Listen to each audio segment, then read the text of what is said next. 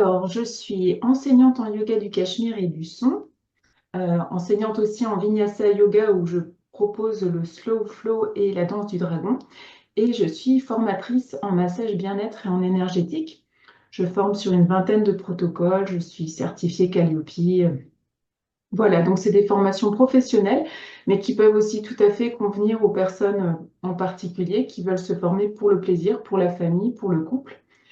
Et je forme, et je suis évidemment, puisque je fais ça, je suis masseuse, je suis aussi énergéticienne, je forme aussi donc à l'énergétique, à la cristallothérapie, fleur Saint-Germain, et dans l'énergétique, bah voilà, les bases. Et puis quand on veut aller un peu plus loin aussi, je fais de la phonothérapie en séance.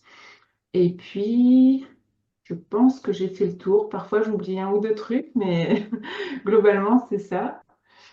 Oui, globalement, je pense que j'ai dit Eh oui, évidemment, si je fais de la pranathérapie, donc là, c'est vraiment aussi, c'est des séances de soins énergétiques pour des personnes qui sont pas, qui connaissent pas, hein. Ça va donner l'impression que ce sont des soins énergétiques. Ils ont une spécificité, ils sont reliés à l'enseignement d'un enseignant chino-philippin qui s'appelle Maître Choa Kok Sui, dont je pourrais parler plus si vous le souhaitez. Et voilà.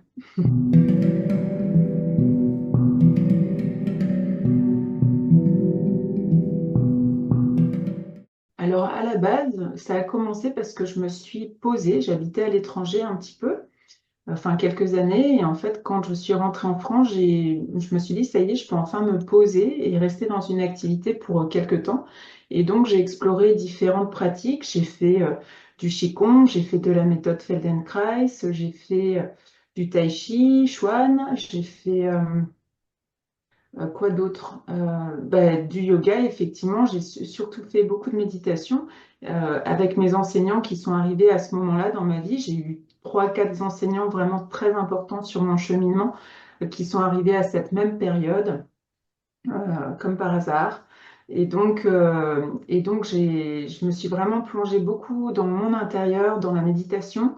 J'avais des expériences en sophrologie qui étaient très fortes. Euh, les participants vivaient une séance qui leur faisait du bien. Moi, je voyais plein de choses dans l'invisible. Il se passait vraiment des choses importantes pour moi, des très très beaux voyages.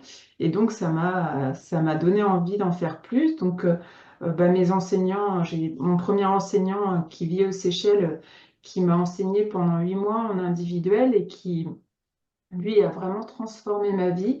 Et quand ça s'est terminé et qu'il m'a dit que j'étais prête à transmettre, j'ai très mal vécu cela avant de comprendre que c'était un énorme cadeau qu'il me faisait. Et donc j'ai continué avec un autre enseignant que j'aime beaucoup, qui est vraiment sur le yoga du Cachemire. Et je continue parce que j'aime être avec des gens aussi qui connaissent déjà ces pratiques et j'apprends hein, toujours malgré tout aussi de ces pratiques. Donc, j'ai continué avec une école de Tantra Yoga, j'ai continué avec l'Institut des Arts de la Voix qui est, comment dire, à La Rochelle. Et puis, donc, l'enseignement de ce maître chino-philippin dont je parlais, c'est l'Institut des études intérieures sur Paris, on appelle communément Prana Paris, où c'est, voilà, donc tout ça, ce sont des pratiques yogiques. L'Institut des études intérieures, c'est plutôt du yoga aratique dont je suis aux prémices. Je peux transmettre la méditation des cœurs jumeaux, qui est une méditation pour la terre, pour la paix sur terre, pour l'amour, pour tout ce que l'on souhaite, je pense, aujourd'hui et voilà, qui fait vraiment, qui a des effets très importants sur nous aussi, dans notre sérénité, dans notre joie, dans notre bien-être.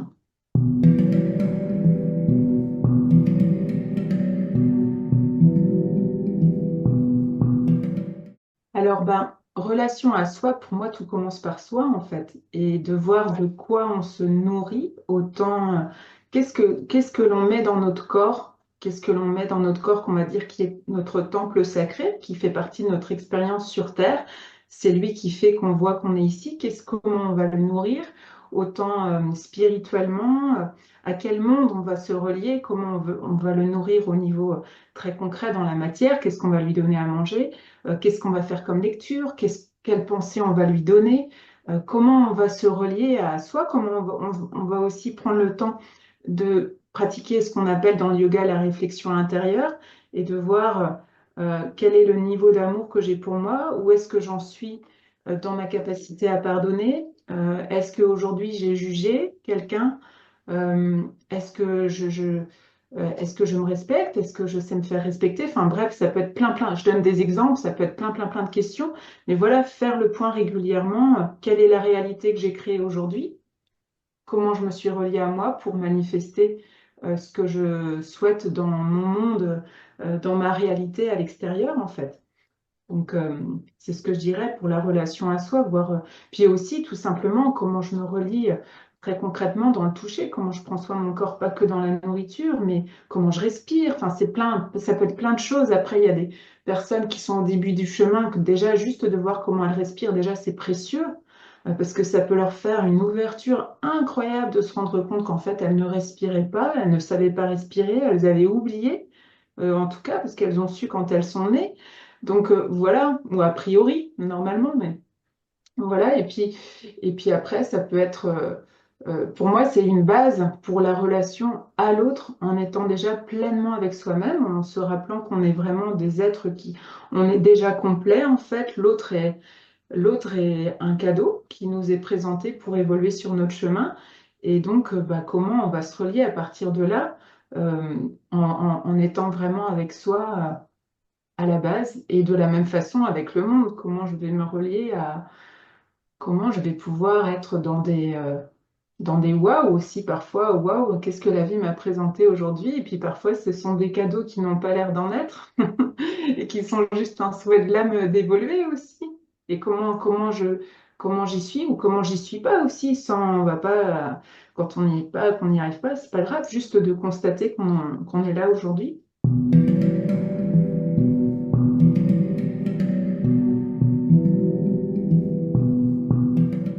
Pour moi, l'intuition, elle est une base très importante que beaucoup de femmes ont très fort, hein, pas que les femmes, mais souvent, on va dire qu'on peut être un peu connu pour ça quand même. Donc, pour moi, c'est primordial. Ça fait effectivement partie des choses essentielles à écouter pour faire des choix, pour suivre sa mission de vie, suivre son chemin.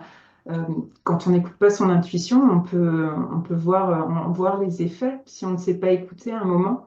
Donc ça demande effectivement, je l'intègre dans le sens où ça demande de prendre son temps pour pouvoir être vraiment à l'écoute parfois de cette intuition. Si on est dans un environnement qui est un peu trop agité, on pourrait un peu se perdre.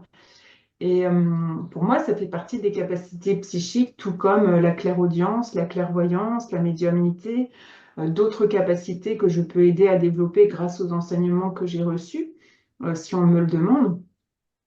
Mais effectivement, l'intuition, c'est une très bonne base et ça doit rester, euh, elle est vraiment reliée à nous. C'est vraiment, ouais, on doit y être attentif en toutes circonstances, je pense.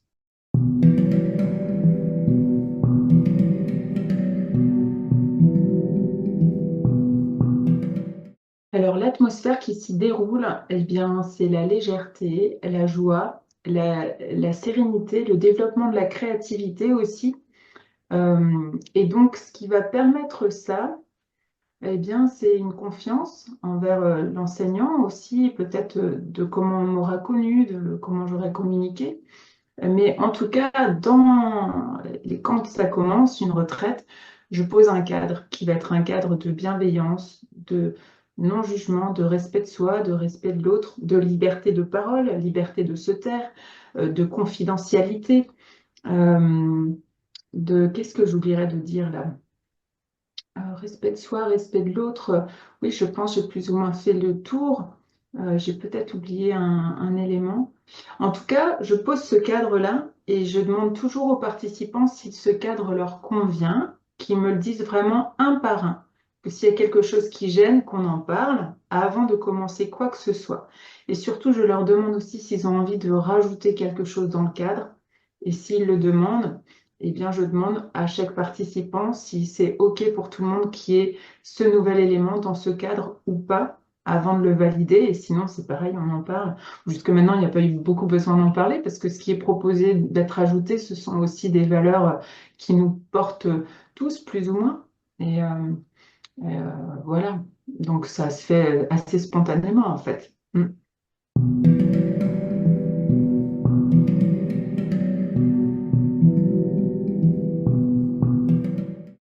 Eh bien, ça va être un état de présence et on parle beaucoup de pleine conscience, alors je vais pouvoir le nommer comme ça aussi, un peu plus intégré. C'est-à-dire que dans une vie qui peut être, où on peut être pris par des obligations diverses et variées, là, dans les retraites, on va vraiment prendre le temps de se poser tout comme quand je fais des ateliers pour les couples, hein, puisque je propose aussi des rendez-vous individuels, enfin des rendez-vous pour les couples, donc pour les deux ensemble, eh bien, je vais leur proposer de se poser et de s'émerveiller et de rentrer dans cette connexion qu'ils n'ont pas forcément le temps d'avoir. Mais alors, pendant les week-ends, bah, effectivement, on va passer 2 jours et demi à s'intéresser à la sensation, s'intéresser à cet état de présence, à jouer avec ce yoga du Cachemire qui est en tout cas dans ma façon de le transmettre aujourd'hui, avec ce qui est important pour moi à retenir de ce yoga aujourd'hui, avec de la joie et de la légèreté, puisque comme tout yoga, j'ai envie de dire, comme toute pratique, c'est un peu l'enseignant qui amène l'enseignement. Il y en a d'autres qui vont axer le yoga du Cachemire sur d'autres choses en fonction de ce qu'ils ont envie de là où ils en sont dans leur cheminement. Moi, j'espère que mes mots le traduisent bien ce que je veux dire. Mais voilà, pour moi, en tout cas, mon premier enseignant donc des Seychelles me disait que quand on est dans la joie, on est dans son je suis. Je suis joie. Quand je suis née enfant, j'étais joie. Je suis là pour exprimer la joie. Et donc revenir dans cet état-là, c'est juste mon état naturel. Mais parfois, on peut tellement être happé dans d'autres choses. Donc célébrer cet état qui est mon état que j'aurais pu ne jamais quitter si j'avais pas eu de conditionnement, une éducation qui m'a fait ci, tel événement qui m'a créé ça, etc. Donc on va venir renouer avec cet état naturel, en fait, de joie et de jeu aussi du fait, parce que c'est très joyeux, c'est très... on joue en fait quand on est dans cette connexion à la réalité, on se rend compte que tout ça est un jeu en fait. Et donc c'est assez chouette. En couple, c'est ce que j'ai pas développé pour l'instant, en couple, eh bien, ça va leur permettre de, oui, de redécouvrir quelqu'un. Par exemple, il y a des couples qui sont ensemble depuis 20 ans, qui ne se regardaient plus, qui ne savaient pas quelque chose de l'autre, malgré tout ce temps de vie ensemble. Donc, c'est une autre façon d'apprendre à se connaître pour les couples qui sont tout récents. C'est génial parce qu'ils vont tout de suite plonger dans cet univers de la pleine conscience et dans cette compréhension de la puissance de cet instant présent qui va amener aussi une autre qualité de toucher, une autre façon de voir le monde où en fait on décide que c'est le monde qui nous désire, mais pas nous qui désirons ce monde. On décide, on comprend, en tout cas pour moi c'est une réalité, on comprend que euh, c'est la Terre qui a désiré que j'arrive ici dans ce monde. D'une certaine façon, j'ai été vraiment désirée par la vie. Et donc cet état d'esprit fait que ça amène beaucoup de joie parce que quand on se sent pleinement désiré par la vie, eh bien on se comporte différemment. Donc dans la relation à l'autre, on se comporte différemment aussi dans le lien à l'autre. Donc on inverse un petit peu la façon de voir les choses, ce qui amène beaucoup de présence en fait, beaucoup de présence à l'instant, beaucoup plus de facilité. Et donc, effectivement, je parle du toucher. Donc, évidemment, dans l'intimité, les couples vont aussi découvrir autre chose et lever des nœuds qui pouvaient être là.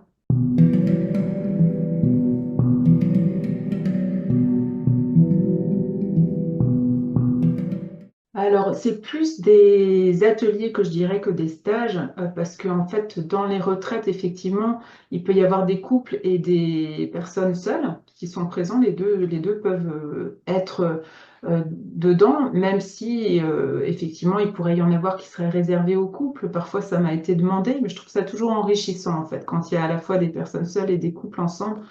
Enfin, tout est parfait comme ça se présente, c'est que c'est juste de toute façon. Et alors, ce que je vois, bah, les enjeux, c'est un peu, oui, ce monde qui peut aller vite, euh, cette envie de ralentir, et puis, quelque part, euh, une, comment dire, ne pas savoir que ça existe de faire autrement. Donc, en fait, il y a un chemin qui a été pris, une espèce d'habitude, une transmission, que c'est comme ça, les couples, quelque chose d'un peu acté. Et donc, la capacité de savoir que ça peut être différent et ben elle est pas, c'est pas capacité le mot en fait, mais le fait de dire que ça peut être différent, c'est pas forcément écrit nulle part. Donc c'est un nouveau modèle en fait à créer. Et effectivement, ce monde, il a changé depuis 2020. De toute façon, il y a beaucoup de personnes qui ont ralenti aussi.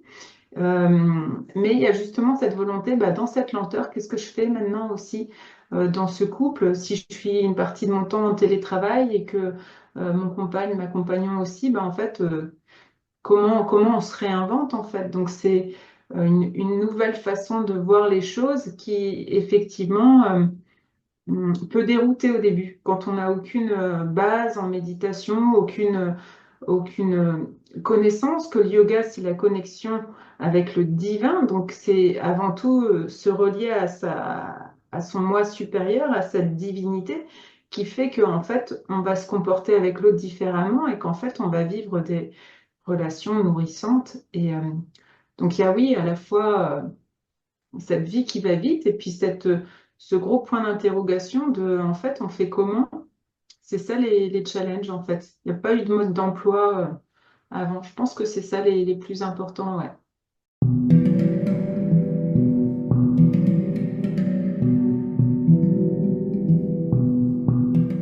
Alors, j'ai été formée avec Thomas Dansembourg à la communication non violente.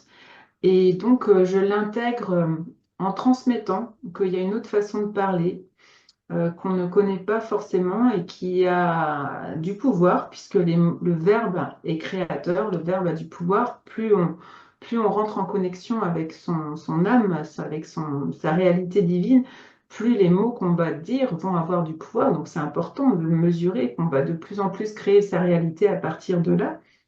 Donc, j'enseigne ça dans les retraites, aussi pour les accompagnements pour couples. Et je vais leur expliquer bah, comment faire différemment, justement, et aussi comment faire avec le corps, pas seulement une communication bienveillante que j'aime nommer bienveillante, pas seulement avec les mots, mais aussi avec le corps, et d'allier les deux, en fait, de créer une communication du corps et de l'esprit avec les mots en plus, ça fait quelque chose de très complet en fait et qui est nouveau. Et parfois, bah, évidemment, s'il y a un conflit dans le couple, évidemment, la communication par le corps, elle sera difficile, mais il va y avoir des façons de se placer qui vont permettre à chacun en fait d'être dans leur espace et en même temps de pouvoir déposer ce qu'ils ont besoin de dire de façon consciente et sécurisé aussi, pour que ça puisse après se dénouer et passer à autre chose, quoi, pas rester dans cette ambiance-là.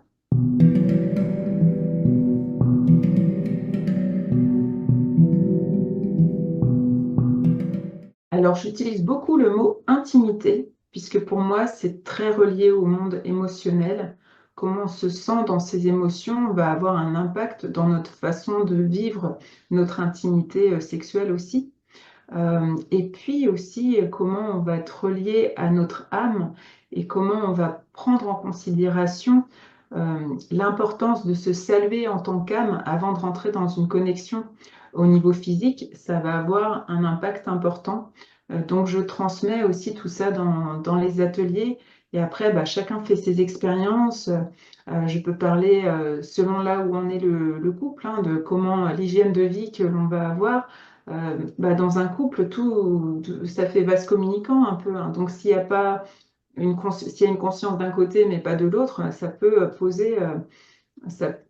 générer des difficultés. Donc, c'est vrai que c'est bien de pouvoir, même si on vit sa spiritualité différemment, c'est bien pour les deux membres du couple de pouvoir euh, en avoir conscience, même si on n'est pas obligé de faire tout à deux. Il y a rien d'imposé dans ce que je pratique. Les couples même qui viennent me voir vont pouvoir me dire chacun de leur côté ce qu'ils ont envie de me dire sans que l'autre ne soit au courant, si c'est un moment délicat ou s'il y a des choses qui sont difficiles à dire à l'autre et que justement ils ont fait appel à moi aussi pour ça. tout comme ils vont pouvoir choisir de me dire tous les deux ce qu'ils ont en tête en même temps, c'est vraiment très libre. Ça peut être par téléphone, ça peut être par écrit, ça peut être aussi, ça m'est arrivé d'accompagner des couples qui voulaient se séparer, mais se séparer bien, parce que j'ai trouvé une très très belle démarche, parce que c'est vrai que quand un couple ne se termine pas bien, ça peut être plus difficile de se reconstruire derrière. Donc se séparer en paix, c'est tellement beau aussi. Et c'est vraiment l'enseignement qui est très proche aussi des Égyptiens, de juste remercier pour ce cadeau d'avoir été avec quelqu'un, euh, parfois certainement plus difficile que d'autres, puisque rien n'est constant. Évidemment, la vie est faite de surprises. Rien ne dure dans ce monde, on est de toute façon de passage. J'enseigne différents massages sacrés qui vont permettre de justement rentrer dans une connexion au corps différente. Et après, effectivement, en fait, moi, je m'adapte. Si le couple n'a pas du tout envie avec moi de parler de leur sexualité, de toute façon, ils ne le font pas et rien n'est obligatoire, encore une fois. Et puis, ils peuvent venir me voir juste parce qu'ils sont plus inquiets au niveau de leur communication ou qu'ils n'arrivent pas à se retrouver ou ça peut être différents sujets. J'ai 4 ou 5 thèmes, en fait, pour les couples. J'ai la communication, la respiration, l'évolution de soi, l'évolution du couple, même de la famille parfois, qui peut être inclus dans cet atelier. J'ai donc l'intimité, effectivement, et puis j'ai comment gérer la situation en cas de... euh, comment gérer quand ça commence à être difficile, quand il y a un gros blocage. Donc ils peuvent venir me voir dans tous ces cas-là, et puis de toute façon, euh, ils prennent le temps de m'appeler. Voilà, on prend le temps par téléphone ou par mail.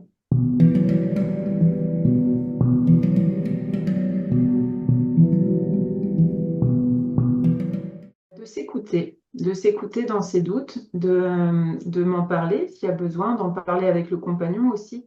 Il ne faut pas que ce soit plus l'élan d'un que de l'autre, même si en soi c'est souvent le cas. Il y en a souvent un qui a envie, qui va faire la démarche, mais en tout cas il faut que l'autre soit prêt et écoute son besoin, que ce se fasse dans le moment juste pour cette personne. Donc moi, voilà, je suis disponible encore une fois par téléphone, par mail pour rassurer, pour expliquer, pour écouter ses besoins, de prendre ce temps aussi qui me paraît essentiel. Après, je précise que rien n'est obligatoire dans les propositions que je vais faire. Je vais toujours vérifier est-ce que les deux ont envie de faire la proposition, est-ce qu'il n'y en a qu'un des deux qui a envie de la faire. Donc, de toute façon, le non est vraiment bienvenu. Et parfois, la pratique, elle doit juste s'arrêter à un non de l'autre et c'est essentiel pour pouvoir avancer. Donc, il n'y a absolument aucune obligation. Et souvent, après, quand ça s'est intégré, qu'avec moi, ils vont être vraiment libres de faire ce qui est juste pour eux, souvent, à ce moment-là, passer le pas est plus simple parce qu'en fait, on sait qu'on va découvrir quelque chose qu'on ne connaît pas, mais c'est tellement... Souvent, en fait, les couples, ils n'ont plus du tout envie de partir à la fin d'un enseignement. Presque, les femmes sont presque prêtes avant les hommes à partir, à la fin de la séance bien finie, après avoir pris du temps pour se dire au revoir. Souvent, les hommes ont encore envie de rester parce qu'ils ont découvert une autre façon de comprendre la femme qu'ils n'avaient pas du tout en tête. Et ils sont assez émerveillés. Et puis les femmes, elles sont Ouais, c'est souvent quand même l'énergie féminine, je devrais dire, plus que la femme, parce que j'ai souvent les hommes qui souhaitent venir en couple, ce sont des hommes qui ont bien intégré leur énergie féminine dans le sens où ce sont des hommes qui sont capables de parler de leurs émotions plus tranquillement, qui ont accepté au contraire, c'est important de pouvoir vivre ces émotions sans les refouler. Donc, c'est ces hommes-là qui vont sinon faire la démarche, oui.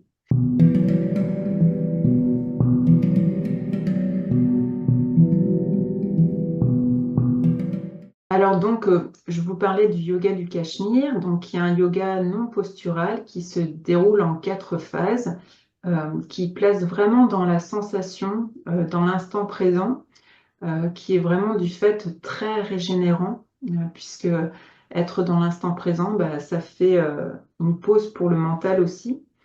Voilà, il y a différentes façons de l'enseigner, mais en tout cas, euh, c'est vraiment un temps de reliance avec l'instant présent. C'est vraiment ça l'essentiel de cette pratique, avec beaucoup de joie dedans. Le yoga du son, c'est un autre yoga que je pratique qui se déroule en plusieurs phases. Il va y avoir une phase de relaxation, une phase de purification, une phase d'énergétisation, un moment où on va venir déconditionner par des postures, pour le coup, son mental, et ensuite on va venir faire japa, c'est-à-dire on va venir chanter des mantras, donc des mantras comme le Om, pour le plus connu par exemple, hein, et on va venir chanter ces mantras jusqu'à un moment être pris tellement dans l'énergie du mantra, puisque c'est le but de la répétition, qu'on va juste changer d'état de conscience.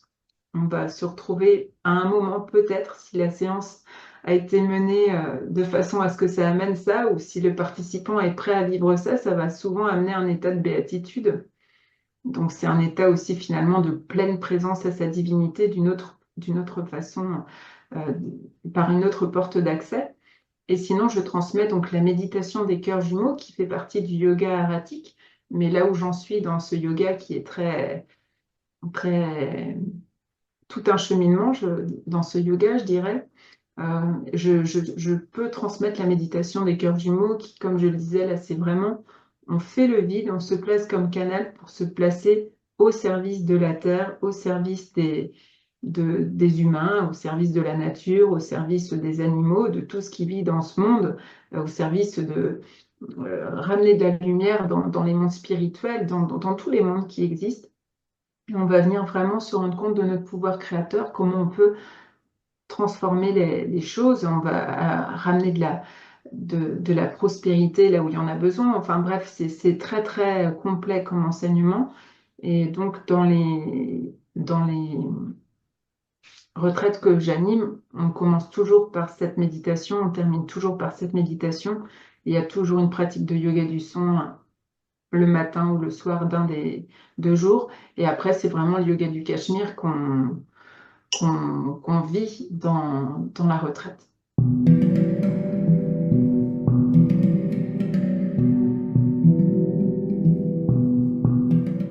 Ben, en fait, les pratiques que j'enseigne sont des pratiques millénaires. Donc, en fait, selon le besoin de la personne, je vais savoir, en fait, quelle est la pratique que je dois proposer par rapport à la demande qui m'est faite. Donc, euh, c'est vraiment par rapport à la demande. S'il y a une absence de créativité, une absence de joie. Il va y avoir des pratiques qui vont tout à fait correspondre. Si la personne n'arrive plus à se connecter à elle, est un peu perdue, il va y avoir, je vais savoir en fait. Ce sont vraiment des pratiques millénaires dont j'ai déjà vu les effets. Et évidemment, pour les avoir expérimentées, et donc c'est assez facile en fait de pouvoir proposer de quoi la personne a besoin. Donc, c'est vrai que c'est l'avantage de venir à un atelier en couple, de pouvoir vivre ça comme ça. Je vais vraiment être à l'écoute du besoin de chacun. Quand on est en groupe, on va tous faire les mêmes pratiques.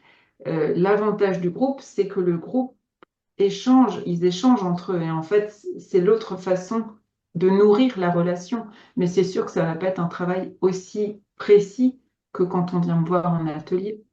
Après, en même temps, il faut encore une fois suivre son intuition. Si c'est la retraite qui attire le couple plutôt que l'atelier, ça veut dire qu'ils vont apprendre des choses, pas qu'avec moi, mais avec le groupe dans cette retraite, quoi.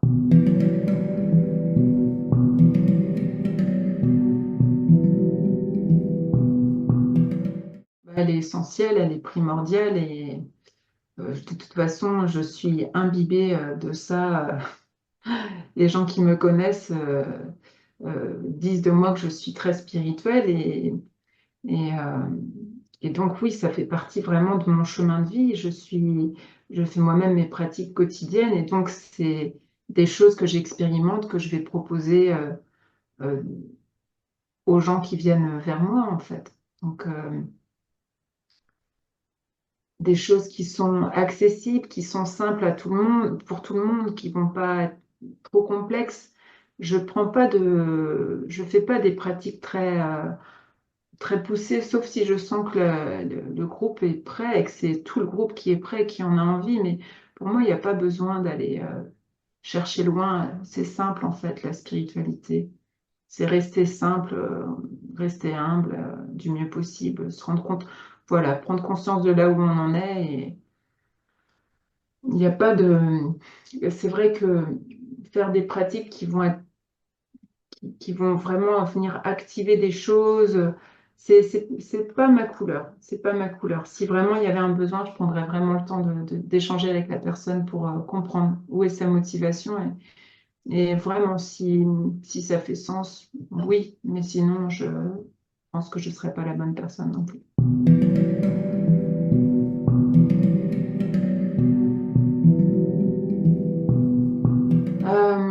Là, en tout cas, je suis en train de développer les retraites de yoga. Euh, alors, je pense que ça va continuer de se développer, euh, certainement ailleurs qu'en Bretagne. Euh, voilà, et puis au niveau des formations en massage, donc je forme essentiellement en groupe, pardon, je dis l'inverse de ce que je pense. Je forme essentiellement en individuel.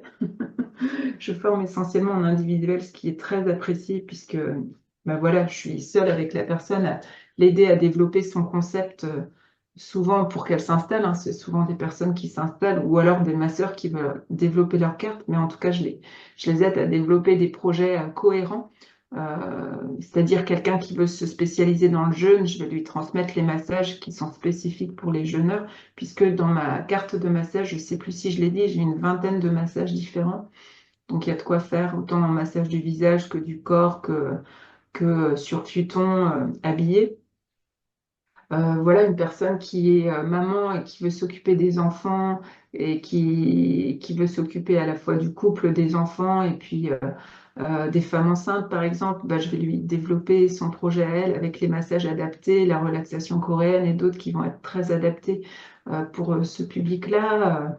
Voilà, en fait, j'adapte à chaque fois et donc je fais aussi du groupe. Vraiment, c'est rare que je fasse des groupes, mais maximum 6 personnes si on me demande.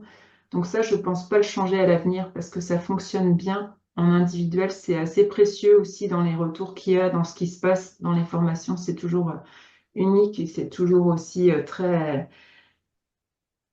drôle de voir comment l'univers continue de parler dans ces formations. Je forme souvent des doulas, donc des sages-femmes qui prennent soin des bébés et des femmes enceintes avec tout cet enseignement qu'elles reçoivent de doula. Donc, c'est très intéressant pour moi aussi. Je m'occupe souvent des personnes qui vivent, qui ont besoin de ponts, de faire des rituels entre des passages de vie. Ça fait vraiment partie des choses qui font partie, je pense, de mes missions sur Terre, hein. C'est ce que j'ai beaucoup vu, les moments de mort, comment on va pouvoir les vivre, comment on va pouvoir vivre sereinement ces passages et la naissance, comment ça va pouvoir être. Et puis entre les deux, bah, le couple sacré, comment on va pouvoir vivre son couple dans le sacré. Donc c'est vraiment ce qui m'est demandé globalement.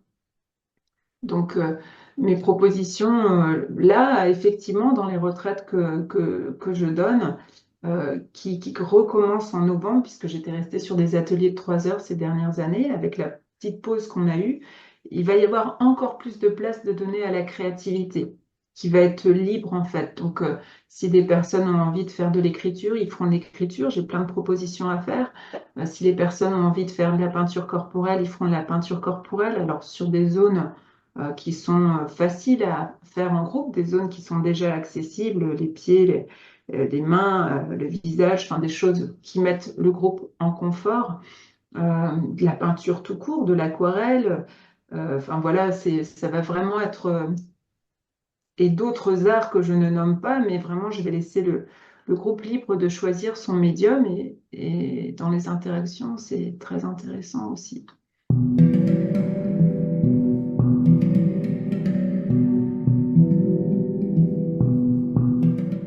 Suis ton intuition, fais confiance. C'est vraiment, il y a pas de hasard, quoi. S'il y a un appel, que l'appel est sincère, que c'est pas une fuite devant une situation difficile, mais vraiment ou pas que, vraiment un appel, quoi. De sentir que la vie nous montre plein de signes, plein de synchronicités où ça devient simple, ça devient fluide. Si c'est fluide et simple, c'est la bonne direction. Faire confiance que l'abondance, elle arrive forcément dans ces cas-là. Il n'y a pas de résistance au succès de quelqu'un quand c'est son chemin. Ça se fait tout seul.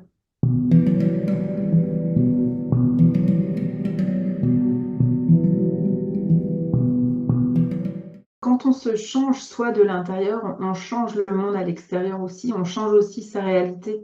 Et c'est vraiment important aujourd'hui de mesurer la puissance que l'on a, en fait, que l'on est, la puissance de nos pensées, la puissance de nos paroles, la puissance de nos actes, euh, la puissance de nos gestes aussi, de comment on va se mouvoir. Même ça a un impact sur la matière. Donc, vraiment mesurer qu'on crée en permanence et justement observer la création que l'on a faite, voir si ça nous satisfait ou alors dans quel monde de notre inconscient on est resté qui fait qu'on a créé quelque chose sans se rendre compte qui était une blessure, peut-être qu'on a matérialisé, juste sans rendre compte pour changer sa réalité et voir comment on va amener d'autres circuits neuronaux justement par la méditation euh, qui vont nous permettre de changer cette réalité avec la foi et la confiance que oui, c'est vraiment ça qui se passe. C'est réel. Quand on fait bien nos pratiques, il vaut mieux prendre le temps de bien pratiquer pour voir sa vie se transformer. Donc c'est certain, les enseignements de cette méditation des cœurs jumeaux, c'est extrêmement puissant aussi, c'est palpable. On va rencontrer des gens pour qui on a médité ou qui vont nous dire, tiens, qui eux aussi sont connectés à cet enseignement, on va les croiser ensuite dans nos vies. Ça peut être quelque chose qui peut arriver. Donc, ça montre bien que cette vibration, elle est partout et elle nous relie, en fait. Moi, c'est ce que j'ai vu dès mon premier enseignant, Philippe. On ne se donnait pas de rendez-vous on notait pas sur un agenda notre moment de rendez-vous. J'allumais l'ordinateur, j'avais mon troisième œil qui était complètement ouvert. Je savais qu'il m'attendait de l'autre côté de l'ordinateur. Et il était là, il savait qu'en fait j'étais là et je l'attendais. Enfin, on s'attendait mutuellement, la connexion, elle était très évidente en fait.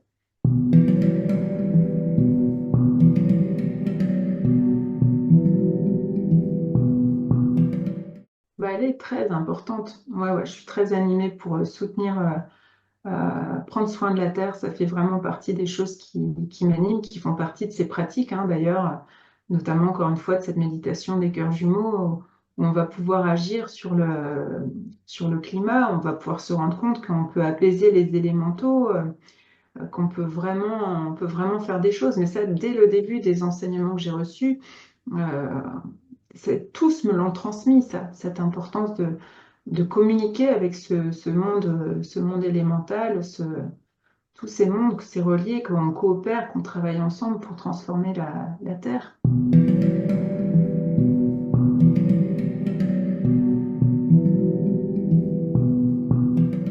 Alors, plus que les femmes, je parlerai de l'énergie féminine. Je parlerai du fait que ça part de l'intérieur et du fait on va matérialiser autre chose. Et pour moi, les actes, c'est plus le masculin sacré dont on a vraiment besoin, cette énergie qui matérialise, mais à partir d'une action réfléchie, intériorisée, posée, dans la volonté d'une terre heureuse, de gens heureux, dans la volonté de faire le bien à partir pas d'une idée, par exemple, du profit qu'on pourrait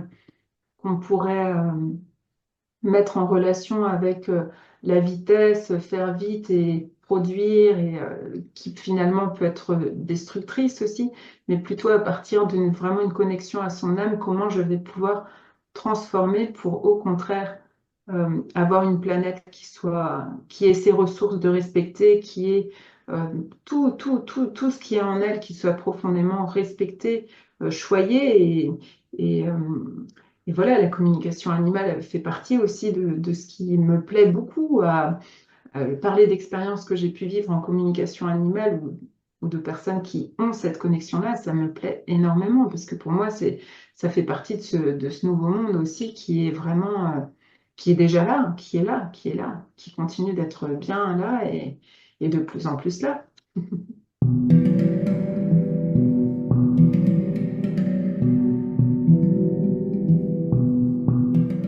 Donc, j'ai plusieurs sites. J'ai un site qui s'appelle yoga-du-cœur.net qui concerne toutes les retraites, tout ce que je fais pour les couples et aussi les femmes, évidemment. J'ai énormément de propositions juste pour les femmes aussi.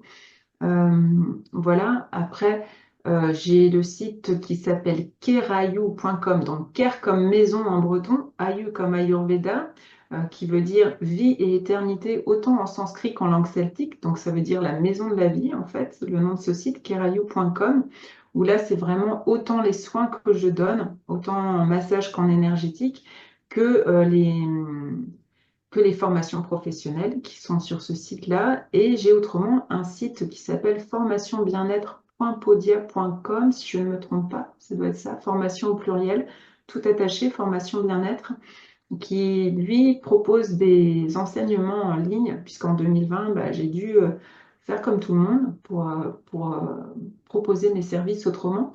Et donc là, il y a autant des formations en massage que des méditations pour les couples, justement, qui peut être très intéressant s'ils ont envie de vivre les choses aussi sans moi au début pour savoir qui je suis. Ça peut être aussi une autre façon de les contacter, qu'ils se sentent à l'aise avec la proposition, qu'ils prennent leur temps.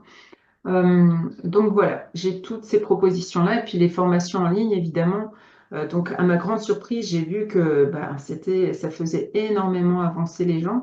Et le bémol que je mets sur ces formations-là, c'est que le certificat qui est transmis en ligne précise que c'est important de faire valider son enseignement par un professionnel de la région où la personne se situe. Donc elle n'a pas besoin de venir me voir moi, sauf si elle veut absolument valider la formation avec moi, mais elle peut le valider à valider avec quelqu'un d'autre, surtout pour les personnes qui n'ont jamais massé avant. Ceux qui sont déjà dans le massage, c'est moins.